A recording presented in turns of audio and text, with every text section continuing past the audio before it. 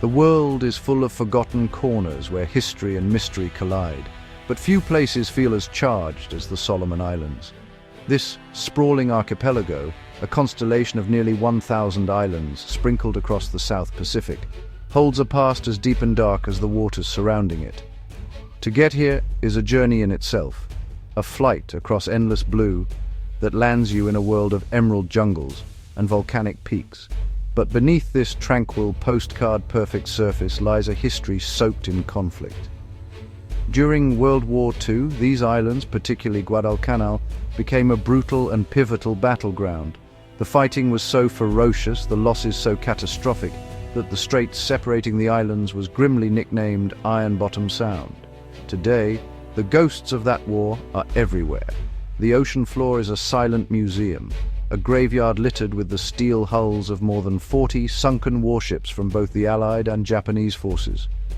On land, the jungle slowly reclaims rusted tanks, abandoned artillery, and hidden bunkers, each a somber monument to the more than 30,000 souls lost here. Divers from around the globe come to explore these wrecks, swimming through the haunted corridors of history. But the locals will tell you that the metal remnants of human conflict are not the only strange things lurking in these depths. They speak of older, more persistent mysteries, tales that were whispered long before the first shots of the war were ever fired. These stories paint a picture of an island chain that is far from ordinary. Fishermen who cast their lines into the dark waters of the Sound report more than just a good catch. They talk of strange lights that glow beneath the waves, moving with intelligent purpose among the sunken warships. They describe phenomena that defy easy explanation, encounters that leave them questioning what they saw. It seems the intense energy of the war, the sheer weight of its history, has somehow magnetized this place, drawing in the unexplained. The conflict may have ended decades ago, but for many who live here, it feels as if something was awakened during that time, or perhaps something that was always here was simply disturbed. And so, the Solomon Islands present a fascinating duality.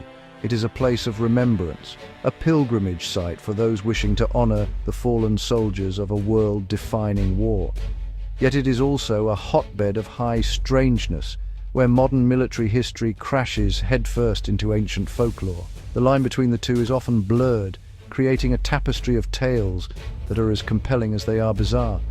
To understand what's really going on in the Solomons, you have to look past the documented history and listen to the whispers that rise from the water and echo down from the mountains. Whispers of giants, strange lights, and secrets hidden from the outside world.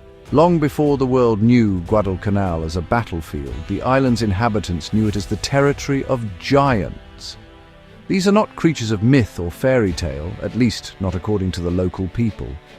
To them, the giants are as real as the mountains they are said to inhabit, a physical part of the island's ecosystem that has simply retreated from our modern world. The stories passed down through generations describe a race of towering, powerful beings, some covered in long hair, others more humanoid in appearance. These accounts are told with a matter-of-fact certainty that is hard to dismiss, suggesting a collective memory of real, tangible encounters that have shaped the culture of these islands for centuries. The descriptions of these giants vary from village to village, painting a complex picture of their nature. Some tales speak of them as benevolent protectors, ancient guardians of the land who possess immense wisdom. In these stories, the giants are seen as a kind of elder race, powerful but peaceful unless provoked. Other accounts, however, cast them in a much more fearsome light.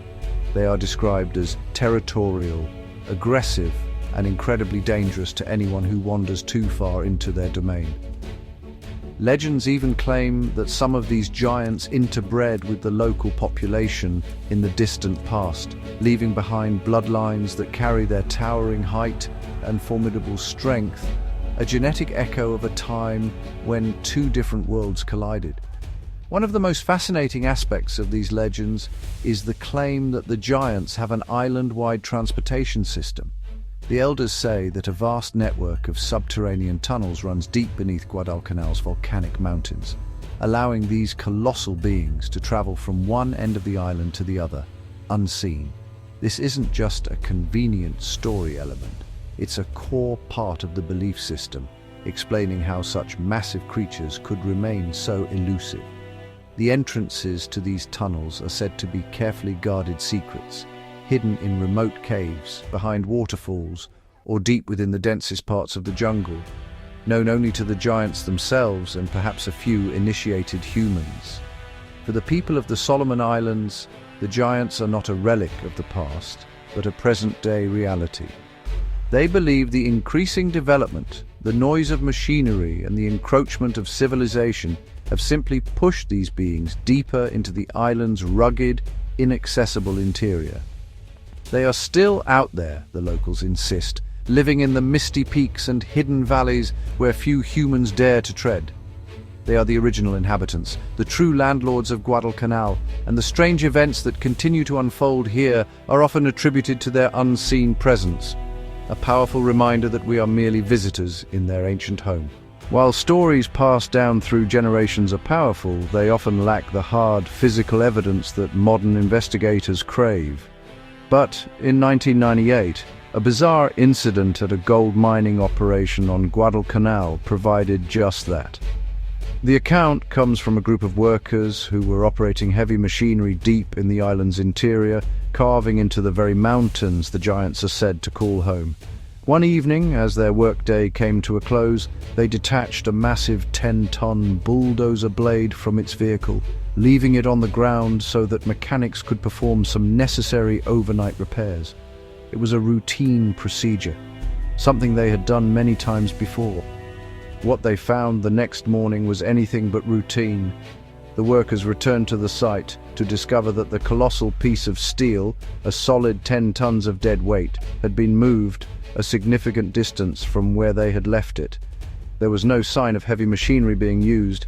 Their own equipment was untouched. It was as if something, or someone, had simply picked up the blade and carried it. Confusion quickly turned to awe, and then to fear. The crew searched the area for an explanation, their minds struggling to process what they were seeing. How could something so impossibly heavy be moved without any equipment? The answer, they believed, was found in the soft, muddy ground nearby. There, pressed deep into the earth, were a series of enormous footprints. These were not the tracks of any known animal, nor were they made by a machine. They were distinctly humanoid in shape, like the print of a bare foot, but of a size that defied belief. The depth of the impressions suggested they were made by something of incredible weight and immense power. For the local workers on the crew, there was no doubt about what had made them. This was the work of the giants, the legendary guardians of the mountains, who had seemingly emerged from their hidden realm to inspect and perhaps issue a warning to the intruders. This incident has since become a cornerstone of modern giant lore on Guadalcanal. It serves as a tangible, verifiable event that seems to corroborate the ancient legends. Here was a case with multiple witnesses from different backgrounds who all saw the same thing.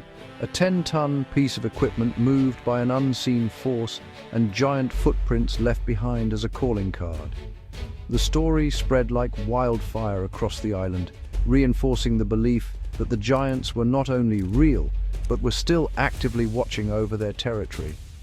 It was a chilling message that some places are best left undisturbed, and some mysteries are backed by undeniable strength. The legends of giants are ancient, but they are now intertwined with a much more modern mystery, the persistent and widespread sightings of UFOs, or more accurately, USOs, unidentified submerged objects. For decades, fishermen and coastal residents across the Solomon Islands have been reporting strange lights and crafts emerging from the ocean. These are not distant, ambiguous flickers in the sky. These are close-up encounters with phenomena that move with a speed and agility that surpasses any known technology. The reports are remarkably consistent, describing brilliant orbs of light that ascend from the dark waters, hover silently over the surface, and then either shoot off into the night sky or plunge back into the sea without a splash. Many of these sightings occur over Iron Bottom Sound, right above the ghostly fleet of World War II shipwrecks. Some witnesses have described circular or cigar-shaped crafts that rise from the water glowing with an intense light. Fishermen have reported being close enough to these objects to feel a palpable heat radiating from them before they vanish. The objects often perform complex, non-ballistic maneuvers, zipping back and forth or making sharp, right-angled turns that would be impossible for any conventional aircraft. These strange vessels seem particularly drawn to the sites of the sunken warships, leading some to speculate that they are interested in the metal, the history, or perhaps the residual energy of the conflict that took place there. The activity isn't confined to the ocean either. The same or similar objects are frequently seen flying into and out of the island's remote volcanic mountains. Eyewitnesses have described seeing lights disappear directly into the face of a cliff or descend into the craters of dormant volcanoes, as if the mountains themselves house hidden hangars or entry points. Marius Boiraillon, an Australian author and former helicopter engineer who lived and worked in the Solomons for years, collected hundreds of these first-hand accounts. He concluded that there must be at least 2 secret bases on Guadalcanal, one deep underwater and another located inside the island's central mountain range, connected by the same phenomena. These ongoing reports of flying and submerged objects add a startling new layer to the island's mysteries. While the world's attention on UFOs has often focused on desert skies and military airspace, the Solomon Islands present a compelling case for transmedium crafts, vehicles capable of operating in water, air, and possibly space. The sheer volume and consistency of the sightings, coming from credible witnesses over many years, suggest that something highly unusual is happening here. Are these objects unmanned drones from a foreign power? Or are they evidence of something far more extraordinary, a non-human intelligence that has made the deep waters and remote mountains of the Solomons its home? How do you connect a race of mythical flesh and blood giants with silent, technologically advanced crafts that rise from the sea? This is where the theories get really wild. Some researchers, particularly those in the ancient astronaut community, propose a stunning explanation. The giants and the UFOs are 2 sides of the same coin. The theory suggests that the beings piloting these advanced crafts are not little green men, but the very giants described in local legends. Or perhaps more intriguingly, the giants are a separate biologically engineered race, created to act as guardians or sentinels for a secret extraterrestrial outpost hidden on Earth. This theory reframes the entire narrative. The giants are no longer just creatures of folklore. They become protectors of a secret far too important to be discovered. Their fearsome reputation, their incredible strength, and their elusive nature all serve a single purpose: to scare away anyone who gets too close to the hidden bases, whether those bases are deep within the mountains or submerged beneath the waves. Think of them as the ultimate security guards, a terrifying biological deterrent designed to keep human curiosity at bay. The story of the miners and the moved bulldozer blade suddenly looks less like a random act of mischief and more like a calculated, non-lethal warning to back off. This idea also helps explain some of the other bizarre creatures from Solomon Islands lore, like the Adaro. These beings are described as malevolent half-man, half-fish creatures who are said to travel from the sun on rainbows and attack people with poisonous flying fish. In a purely mythological context, they are terrifying spirits of the water. But in an extraterrestrial framework, could they be another form of protector? Perhaps a type of aquatic drone or a bioengineered creature designed to patrol the underwater entrances to the main base.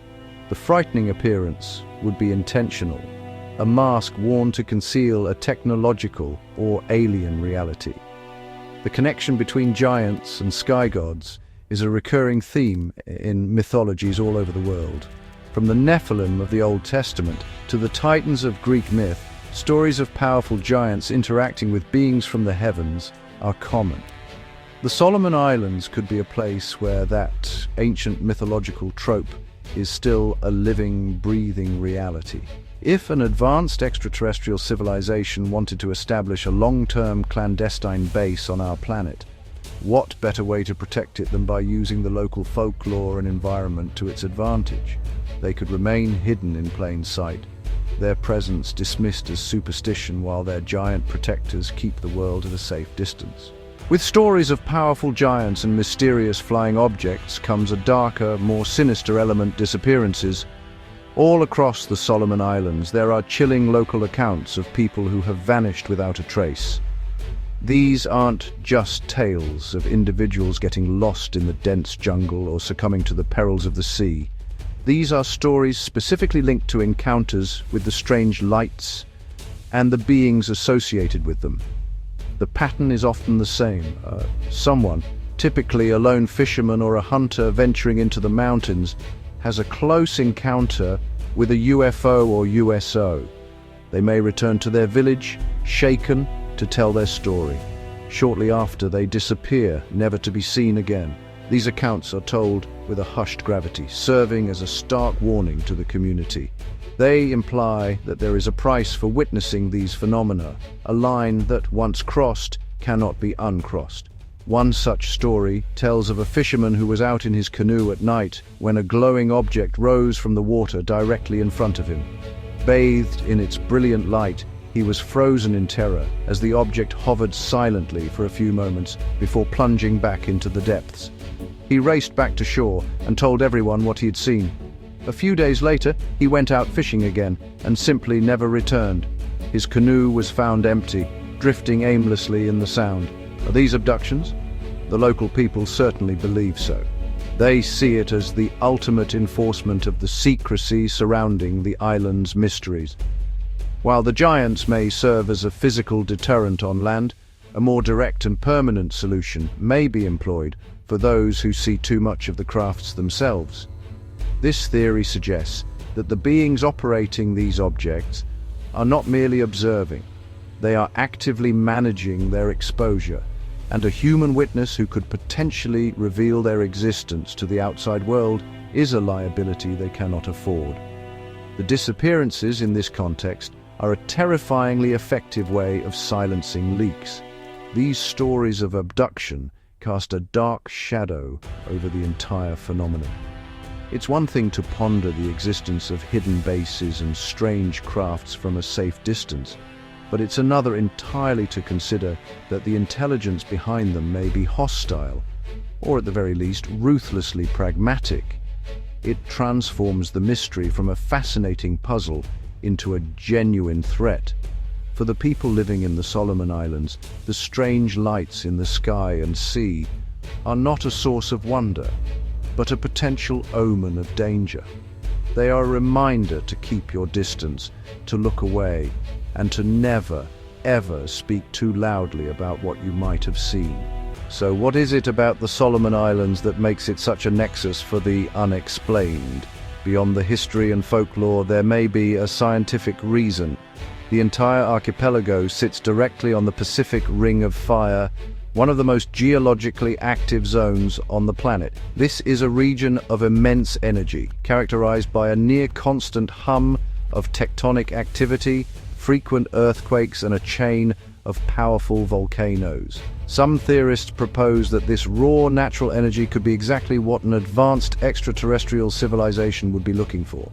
It could be a power source, a way to fuel their crafts and bases without leaving a technological signature that we could easily detect.